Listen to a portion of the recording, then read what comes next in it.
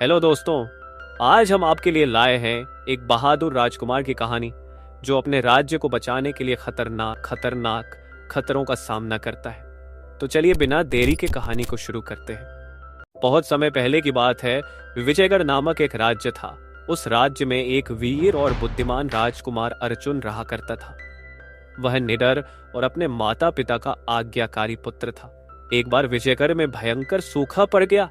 न बारिश हो रही थी, न ही खेतों में अनाज उग रहा था।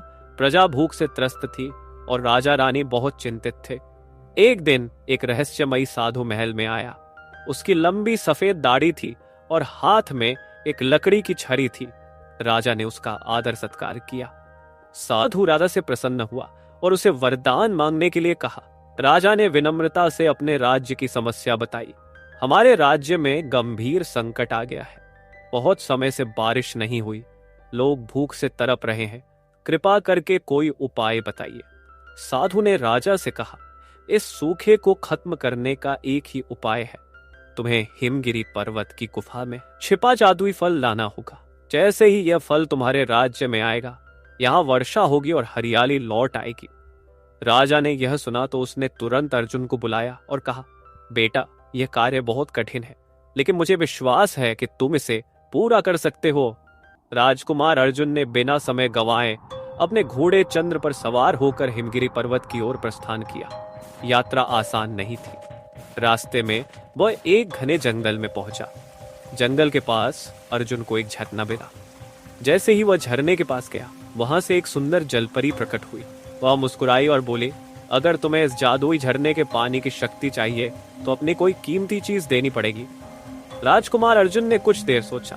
उसके पास तलवार, कवच और एक कीमती सोने की अंगूठी थी जो उसके पिता ने उसे आशीर्वाद के रूप में दी थी, लेकिन ये चीजें उसके लिए बहुत महत्वपूर्ण थीं।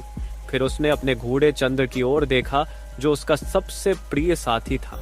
अर्जुन ने गहरी सांस ली और जलपरी से कहा, मेरे पास सबसे कीमती चीज मेरा घोड़ा चंद्र है, लेकिन मैं इसे त्याग नहीं सकता क्योंकि बिना इसके मैं अपने राज्य को नहीं बचा पाऊंगा। परंतु मैं तुम्हें अपनी सोने की अंगूठी दे सकता हूँ जिसे मेरे पिता ने मुझे दिया था। यह मेरे लिए बहुत मूल्यवान है। जलपरी ने मुस्कुराते हुए अंगूठी ले ली और बोली, तुमने अपनी बुद्धिमानी और त्याग से यह परीक्षा पास कर ली। यह लो, यह जादुई पानी। जब भी तुम्हें जरूरत हो इसे अपने ऊपर छिड़कना। यह तुम्हारी थकान मिटा देगा और तुम्हें नई शक्ति देगा। अर्जुन जादुई पानी लेकर जंगल के और गहरे भाग की ओर बढ़ा। दोस्तों, अगर आपको हमारी कहानी पसंद आ रही है तो अभी वीडियो को लाइक कीजिए और हमारे चैनल को सब्सक्राइब कीजिए। चलिए आगे कहानी की ओर बढ़ते हैं। राजकुमार गहरे जंगल की ओर बढ़ता ही जा रहा था। जंगल इतना घना हो गया था कि वहां सूरज की रोशनी भी नहीं आ रही थी। चारों ओर सन्नाटा था। तभी उसके सामने एक भयानक राक्षस आ गया। उसकी लाल आंखें चमक रही थी। वह गरजते हुए बोला, अगर तुम आगे बढ़ना चाहते हो तो पहले मुझे हराना होगा। राजकुमार अर्जुन तैयार हो गया। उसने अपने ऊपर जादुई पानी छिड़क लिया जिससे उसकी ताकत और बढ़ गई। फिर उसने तलवार निकाली और राक्षस पर हमला किया। राक्षस बलशाली था और अर्जुन के हर वार से बच रहा था, लेकिन अर्जुन भी तेज और चतुर था। उसने महसूस किया कि राक्षस सूरज की रोशनी से डरता है, तभी वह इस घने जंगल में रहता है। उसने देखा कि एक जगह से हल्की सी सूरज की किरण आ रही थी। उसने अपनी तलवार को उस रोशनी की ओर किया और उसकी चमक को सीधा राक्षस की आंखों में डाल दिया।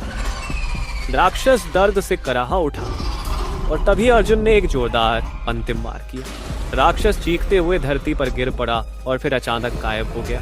राजकुमार ने राहत की सांस ली और आगे बढ़ा।